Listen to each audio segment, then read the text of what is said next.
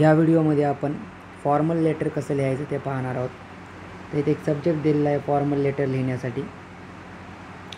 मी question वाचतो. You R Ashwin और अश्विनी भावे.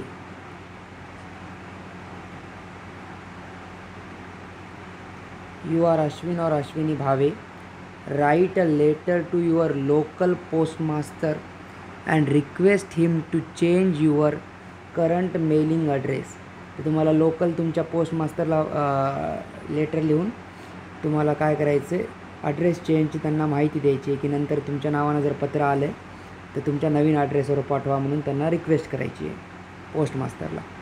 तर पहिल्यांदा तुम्हाला तुमचा पत्ता लिहायचा आहे जे करंट आहे, जे सध्या आधीचा होता, आणि नंतर मग नवीन पत्ता त्यांना सांगायचा की या पत्त्यावर सेंड करत जा म्हणून. तर आधी करंट ॲड्रेस लिहायचं आहे जे की लिहिलेलं आहे. तर नाव लिहिलं आशिष भावे, राम निवास हे करंट ॲड्रेस आहे, अनिकेत नगर नांदेड. आणि ॲड्रेस लिहिताना खाली डेट टाकायची 28 एप्रिल 2024. तर एवढं सेंडरचा ॲड्रेस आहे, ज्यानं लेटर लिहायला त्याचा ॲड्रेस असतो हा. पुढे बघा खाली ज्याला तुम्हाला लेटर पाठवायचं त्याचा ॲड्रेस लिहायचा आहे तुम्हाला. The post master,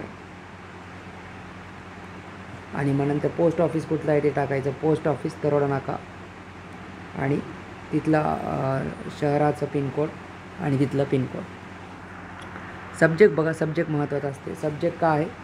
request for change of address. Subject आहे request for change of address, आणि शेवटी फुल स्टॉप.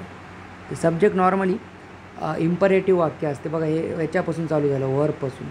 टू रिक्वेस्ट किंवा रिक्वेस्ट या टाईपचं चालू होते, किंवा requesting. Request for change of address तुम्ही असे म्हणू शकता, requesting for change of address. नंतर खाली चालू करायच्या आधी तुम्ही रिस्पेक्टेड सर और मॅडमनं चालू करणार. रिस्पेक्टेड सर और मॅडम. नंतर तुम्ही फॉर्मल लेटर आहे तर जे सब्जेक्ट आहे तेच मेनली त्याच्यावरच फोकस करायचं. बघा आता काय लिहिलं आहे. I am writing to inform you. तर मी रायटिंग म्हणजे लिहित आहे, टू इन्फॉर्म यू तुम्हाला माहिती करून देण्यासाठी लिहित आहे, of a change in my residential address. Residential म्हणजे राहण्याचा पत्ता, घराचा पत्ता. तर वेगवेगळ्या टाईपचे पत्ते असतात. ऑफिसचा पत्ता, दुकानाचा पत्ता. रेसिडेन्शियल ॲड्रेस म्हणजे राहण्याचा पत्ता. Change in my residential address and to. तर हे लेटर मी लिहित आहे, माझा रेसिडेन्शियल पत्ता चेंज झाला आहे. अँड टू रिक्वेस्ट, आणि मी तुम्हाला रिक्वेस्ट करत आहे that my mailing address. Mailing address म्हणजे जे येणारे पत्र आहेत माझे, बी अपडेटेड. अपडेटेड म्हणजे त्याच्यात सुधारणा करा तुम्ही. In your records accordingly. तर माझ्या नवीन पत्त्यानुसार, अकॉर्डिंगली म्हणजे नवीन पत्त्यानुसार, माझ्या नवीन पत्त्यानुसार तुमच्या रेकॉर्ड्समध्ये माझा नवीन पत्ता लिहून घ्या. म्हणजे माझे जेव्हा नवीन पत्र येतील, मेल येतील, तर नवीन पत्त्यावर पाठवा माझ्या. I have recently. रिसेंटली म्हणजे नुकतंच. Moved from. मूव म्हणजे मी निघालो. From my previous residence. Previous म्हणजे आधीचं, रेसिडन्स म्हणजे राहण्याचं ठिकाण. To a new location. तर मी एका नवीन ठिकाणी गेलेलो आहे. तर आधीच्या ठिकाणून नवी ठिकाणी गेलेलो आहे. My new address is as follows. आणि पटकन सांगून टाकायचा नवीन पत्ता. माय न्यू ॲड्रेस म्हणजे माझा नवीन पत्ता is as follows. As follows म्हणजे खालीलप्रमाणे आहे. माझा नवीन पत्ता खालीलप्रमाणे आहे.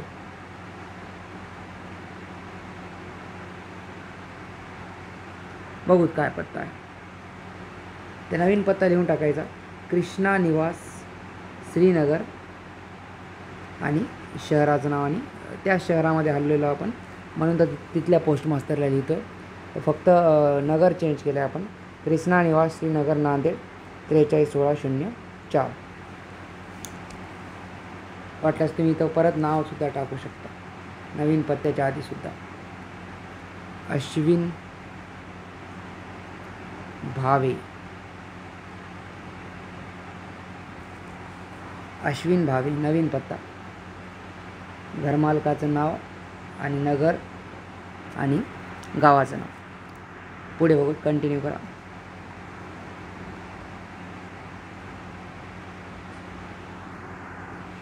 I kindly I kindly request, आणि फॉर्मल लेटरमध्ये असे शब्द वापरावे लागतात तुम्हाला, काइंडली वगैरे. तर मी रिक्वेस्ट करतो तुम्हाला दॅट ऑल माय करस्पॉन्डन्स म्हणजे काय की पत्रांची देवाणघेवाण. करस्पॉन्डन्स म्हणजे पत्रांची देवाणघेवाण. बी रिडायरेक्टेड म्हणजे की आता तुम्ही डायरेक्शन चेंज करा, म्हणजे पत्ता चेंज करा, म्हणजे जुन्या पत्त्यावर माझे पत्र पाठवू नका. करस्पॉन्डन्स म्हणजे पत्रांची देवाणघेवाण करू नका.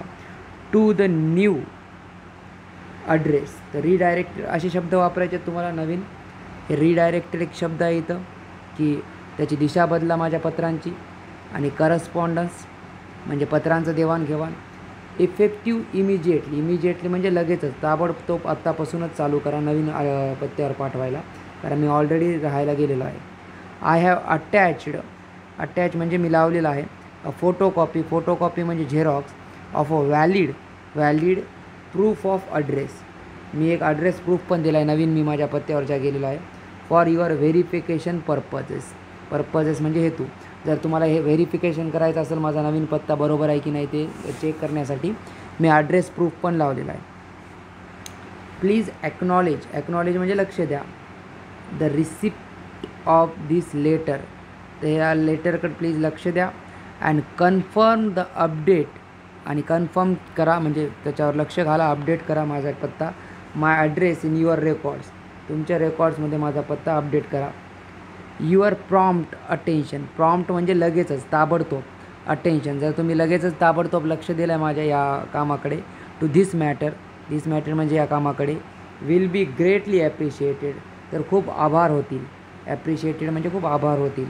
ॲज इट इज क्रुशियल म्हणजे खूप महत्त्वाचं आहे. फॉर मी माझ्यासाठी खूप महत्त्वाचं आहे.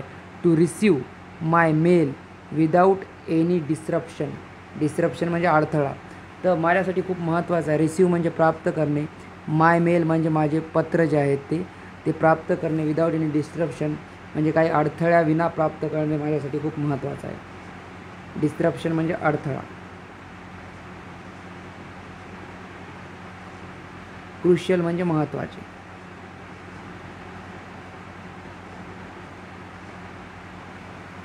प्रॉम्प्ट म्हणजे लगेचच, ताबडतोब.